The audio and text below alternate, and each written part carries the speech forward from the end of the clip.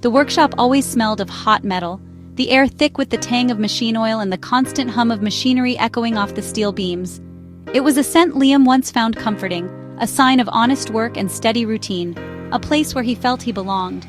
But lately, fear had crept in, unsettling the familiar rhythm of his days.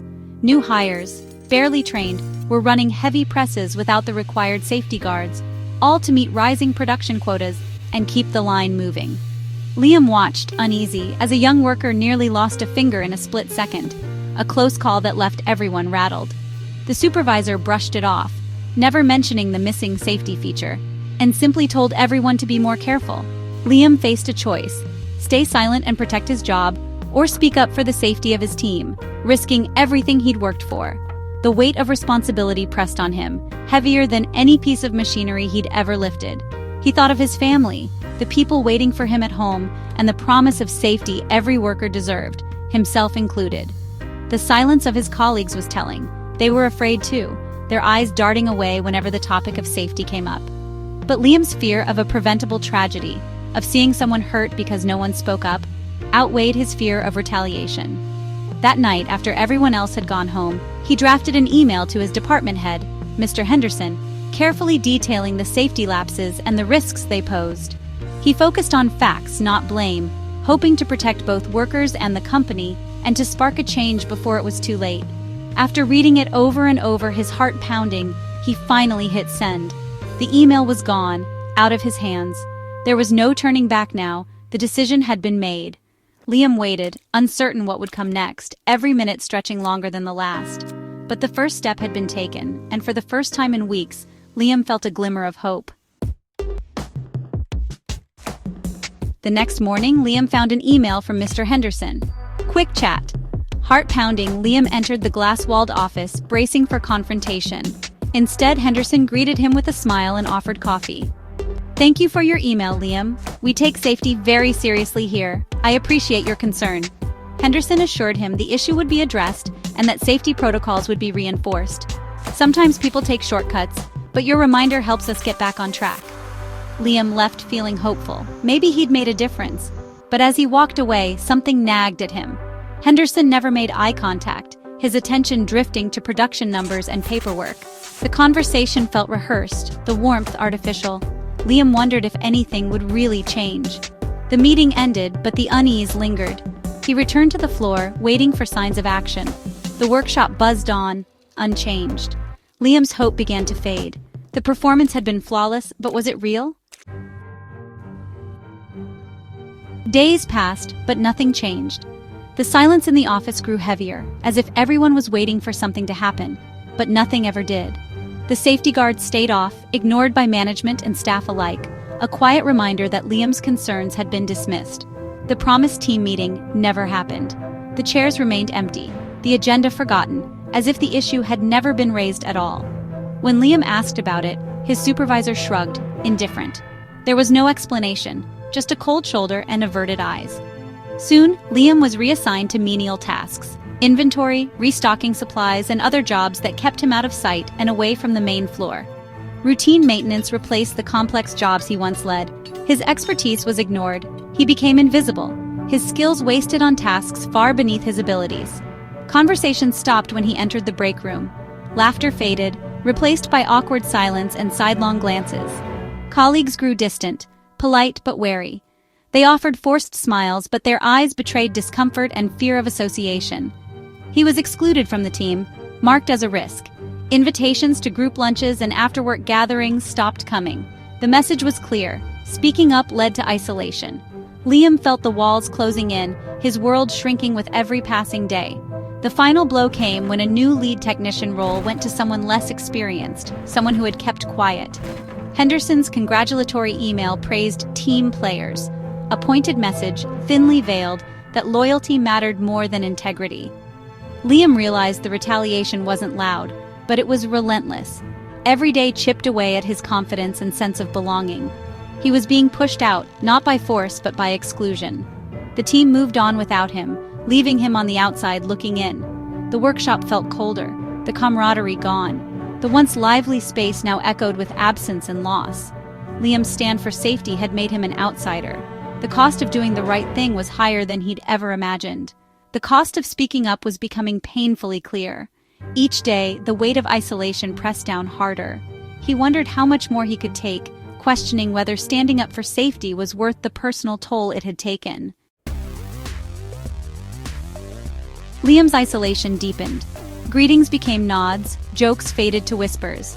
He was left off important emails and meetings, learning of decisions only after the fact. When he asked why, he got vague excuses. Just a quick chat, or didn't want to bother you. Each excuse built a wall around him, cutting him off from the flow of work. He tried to reconnect, offering help, sharing knowledge, but colleagues kept their distance. They weren't cruel, just cautious, protecting themselves from association. Management's message was clear. Liam was a warning. Lunches were spent alone in his car. The joy of work was gone, replaced by anxiety. The company wasn't firing him. They were making him want to leave. The exclusion was calculated, effective, and invisible. Liam's community had vanished. He clocked in and out, a ghost in his own workplace. The loneliness was suffocating. He wondered if he could endure it any longer. The retaliation shifted. Now, management targeted Liam's competence. Mr. Henderson demanded detailed weekly reports. No other technician was singled out. Every task was scrutinized. Minor flaws were documented, criticisms piling up. Liam's confidence eroded. He double-checked everything, but stress led to small mistakes. Each error was noted, building a case against him. The performance review arrived. Needs improvement, lacks attention to detail. For 5 years, he'd exceeded expectations. Now he was labeled a problem. Henderson's concern was feigned. We need to see improvement, Liam. The goal was clear: justify firing him. Liam saw the trap closing. His reputation was being rewritten. The pressure was relentless. He realized he was running out of options. Liam sat in his car, the damning review beside him. He felt anger, humiliation, and helplessness. Management had built a paper trail to fire him, not for speaking up, but for poor performance. He could quit, or he could fight. Exhausted, he thought of the young workers still at risk. If he left, nothing would change. His silence would teach others to stay quiet. A spark of defiance flared. He drove to corporate headquarters, boots echoing on marble floors. He stood outside Human Resources, heart pounding. This was his last chance. He pushed open the door, ready to tell his story. He hoped someone would finally listen. The HR office was sterile, a world away from the workshop. Sarah Jenkins, senior HR manager, listened as Liam recounted everything: the safety lapses, the retaliation, the false review. She took notes, asked for details, and made eye contact. She listened. For the first time, Liam felt heard. Sarah's response was clear. These are serious allegations. Retaliation for raising safety concerns violates company policy and federal law. She explained the process: a formal, confidential investigation, protection from further retaliation, and a review of all records. They would interview Henderson, Dave, and colleagues, and conduct a surprise safety inspection. This will be thorough and fair, she promised. Liam left with a fragile hope. The system at last seemed to be working. He had an advocate, justice felt possible. He waited for the outcome. The fight wasn't over yet. The days after meeting HR were tense. Word spread. Liam had gone to corporate. Colleagues avoided him, afraid to be seen near him. Dave was coldly professional. Henderson vanished from the floor. The promised safety inspection happened. 2 suits, clipboards, photos, questions. Liam watched, vindicated. They saw what he'd reported. The inspectors left quietly. The truth was out, but HR was silent. Weeks passed with no update. Liam emailed Sarah Jenkins. The reply: "The investigation is ongoing. Thank you for your patience." Hope began to fray. He'd expected a swift resolution, but was trapped in limbo. The waiting was torture, eroding his confidence. Doubt crept in. Had he underestimated the company's ability to protect itself? The suspense was unbearable. Liam braced for whatever would come next. 3 weeks later, Liam was summoned to the corporate headquarters. The call had come unexpectedly, and as he walked through the imposing glass doors, his heart pounded with a mix of dread and hope. He wondered if the truth would finally come to light, or if he was walking into something far worse. In a small, windowless room, Sarah Jenkins and Mr. Henderson sat waiting for him, their faces unreadable. The air was thick with tension. and Liam could feel every second stretch as he took his seat across from them. Sarah began, her tone formal and measured. "We've concluded our investigation." She confirmed Liam's claims. Safety protocols had indeed been ignored, he was excluded from key meetings, and his performance review was inconsistent with his actual record. For a brief moment, relief surged through him. He'd been vindicated, his integrity intact. But then Sarah's voice shifted. "We have decided to terminate your employment, effective immediately." The words landed like a blow, leaving Liam stunned and speechless. "But you just confirmed everything I said," he protested, his voice trembling with disbelief and frustration. Henderson leaned forward, his expression stern. "You were the senior technician, Liam. You had a duty to enforce safety, not just report violations after the fact. Leadership means taking action, not just pointing out problems." Sarah slid a highlighted job description across the table. "Senior technicians are responsible for ensuring compliance with all safety protocols at all times." "You knew about the violations before reporting them," she said, her eyes fixed on him. "You waited too long to act.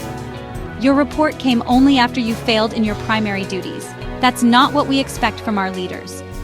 Henderson's earlier retaliation was disciplined, but the company ultimately agreed with his assessment.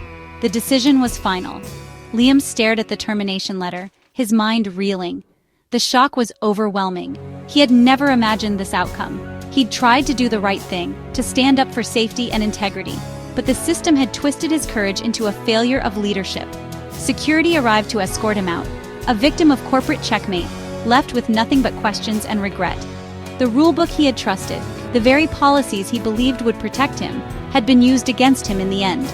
Alone in the empty office, Liam realized that justice in the corporate world was far more complicated and far less fair than he'd ever imagined. The cost of speaking up, he now knew, was higher than he could have ever anticipated. And as he walked away, he wondered if it had all been worth it.